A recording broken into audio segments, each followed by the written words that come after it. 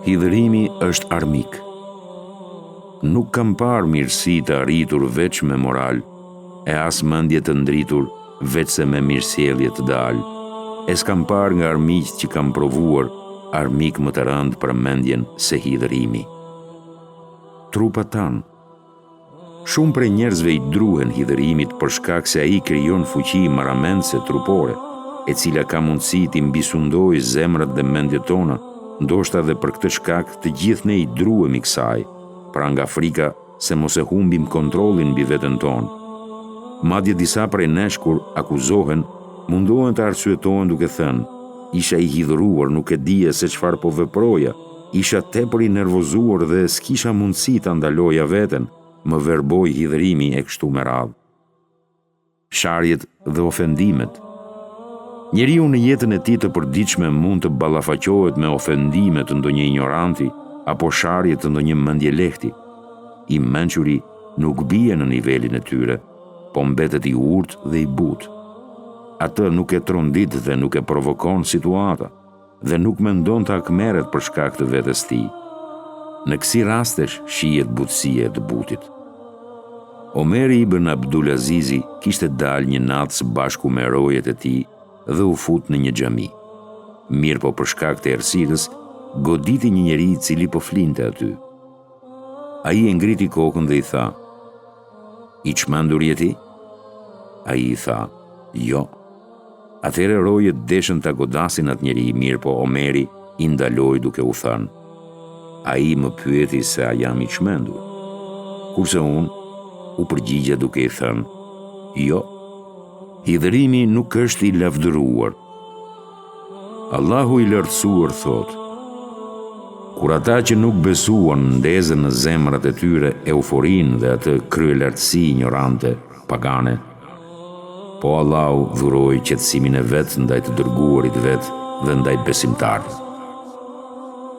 I nënçmoi jo besimtarët për atë kryelartësinë e shfaqur, e cila buronte nga hidhërimi i kotë, dhe i lavdëroi besimtarët për qetësinë të cilën e kishin zbritur në zemrat e tyre.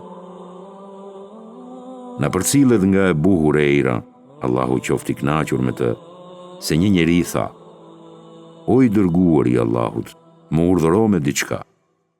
Ai i tha: "Mos u hidhëro." Njeriu e përsëriti pyetjen, kurse ai përsëri i tha: "Mos u hidhëro." Na përcillet nga Abdullah ibn Amiri, Allahu qoftë i kënaqur prej tij, se e ka pyetur pejgamberin, paqja e Allahut qoftë mbi të: "Cila vepër më shpëton nga hidhërimi i Allahut?" Ai është përgjigjur: "Mos u hidhëro."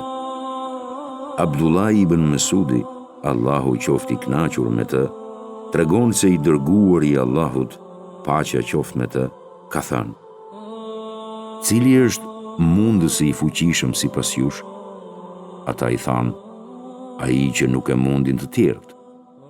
Atëherë ai tha: "Nuk është ai mundësi i fuqishëm, po mundësi i fuqishëm në realitet është ai që e kontrollon veten e tij kur është i hidhëruar."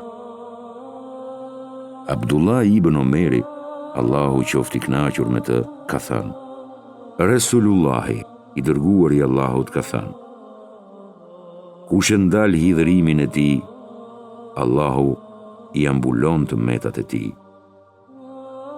Sulejmani, paqja qoftë me të, biri i Davudit, paqja qoftë me të, ka thënë: "O biri im, ki kujdes nga hidhërimi i tepërt, sepse hidhërimi i tepërt e dobëson zemrën e njeriu të butë." Na përcillet se Ikrime e ka komentuar fjalën e Allahut dhe e kemi bërë zotëri kështu: "Zotëri është ai që e kontrollon veten e tij kur është i hidhëruar." Ebu Derda, Allahu qoftë i kënaqur me të, tha: "O i dërguari i Allahut, më trego një vepër e cila do të më fusë në xhenet."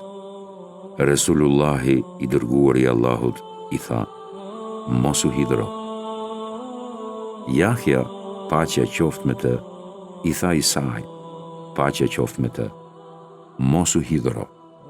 Ai i tha: "Nuk kam mundësi të mos hidhërohem sepse unë jam njeri." Atëherë i tha: mos grumbullo pasuri. Tha, këtë ndoshta do të mundem ta veproj. Pejgamberi, paqja e Allahut qoftë me të, ka thënë: hidhërimi e prish imanin, ashtu siç e prish thartina mjaltin. Po ashtu ka thënë, nuk ndodh që të hidhërohet dikush dhe të mos i afrohet xhehenemit. Një njeri i tha: cila është gjëja më e rëndë për mua? Ai i tha: hidhërimi i Allahut. Ai i tha: atëherë çfarë më largon nga hidhërimi i Allahut? Ai i tha: mos u hidhëro. Hasani ka thënë: o biri i Ademit, sa herë që hidhërohesh dhe hutohesh, i afrohesh rënies në zjarr. Na përcillet se Dhul Karneini takoi një prej melekëve dhe i tha: më mëso një dituri me të cilën do ta shtoja besimin dhe bindjen. Ai i tha: mos u hidhëro, sepse shejtani është më i fuqishëm se kurdoherë kundër birit Ademit kur ai hidhërohet. Hidhërimi ndaloje dhe qetësoje me butësi dhe ki kujdes nga nxitimi, sepse nëse nxiton, gabon. Bëhu i butë dhe i afërt me të gjithë dhe mos u bëj i ashpër.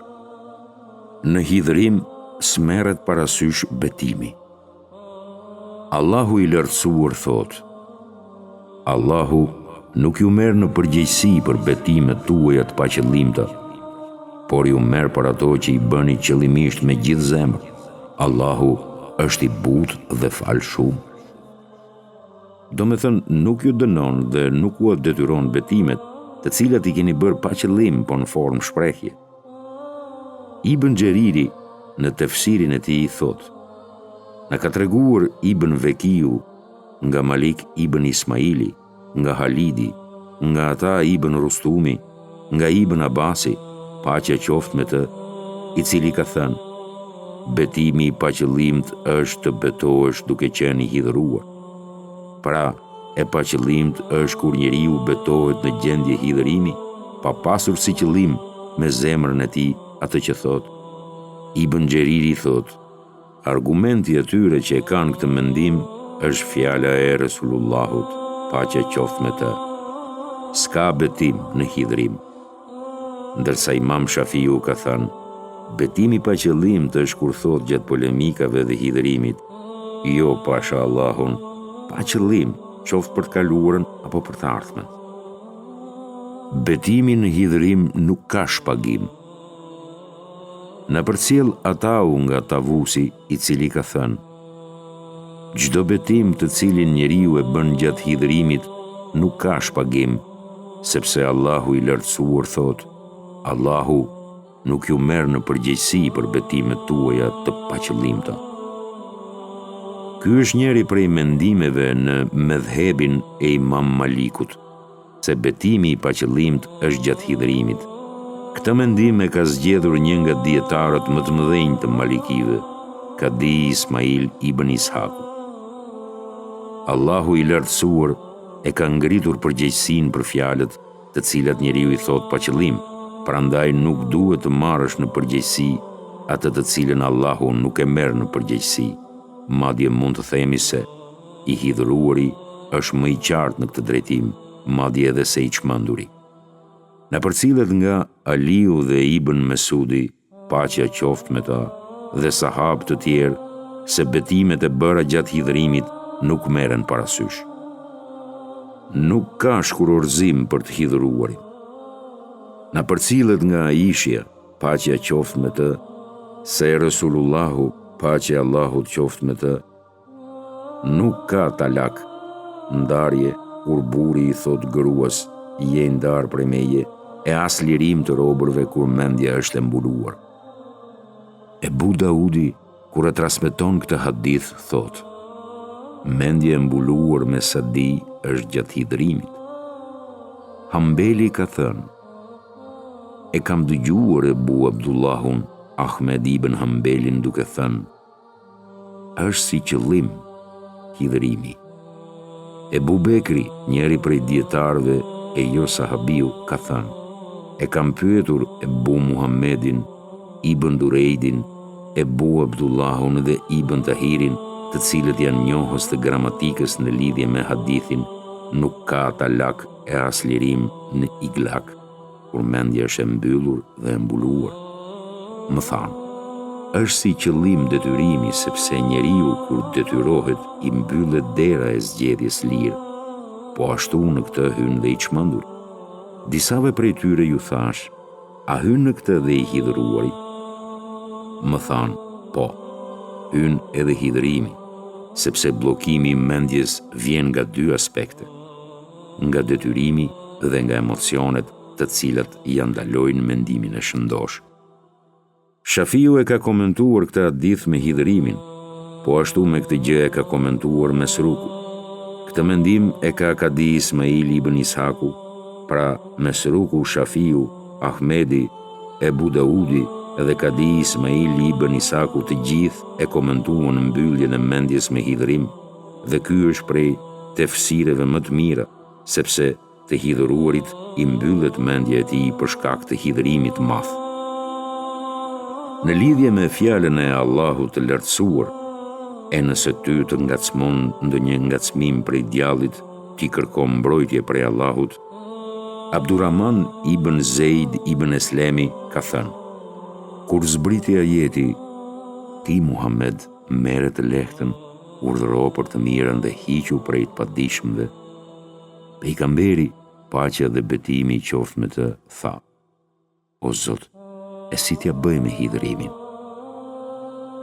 Atëhere Allahu zbriti ajetin, e nëse ty të ngacmon ndonjë ngacmim prej djallit, ti kërko mbrojtje prej Allahut.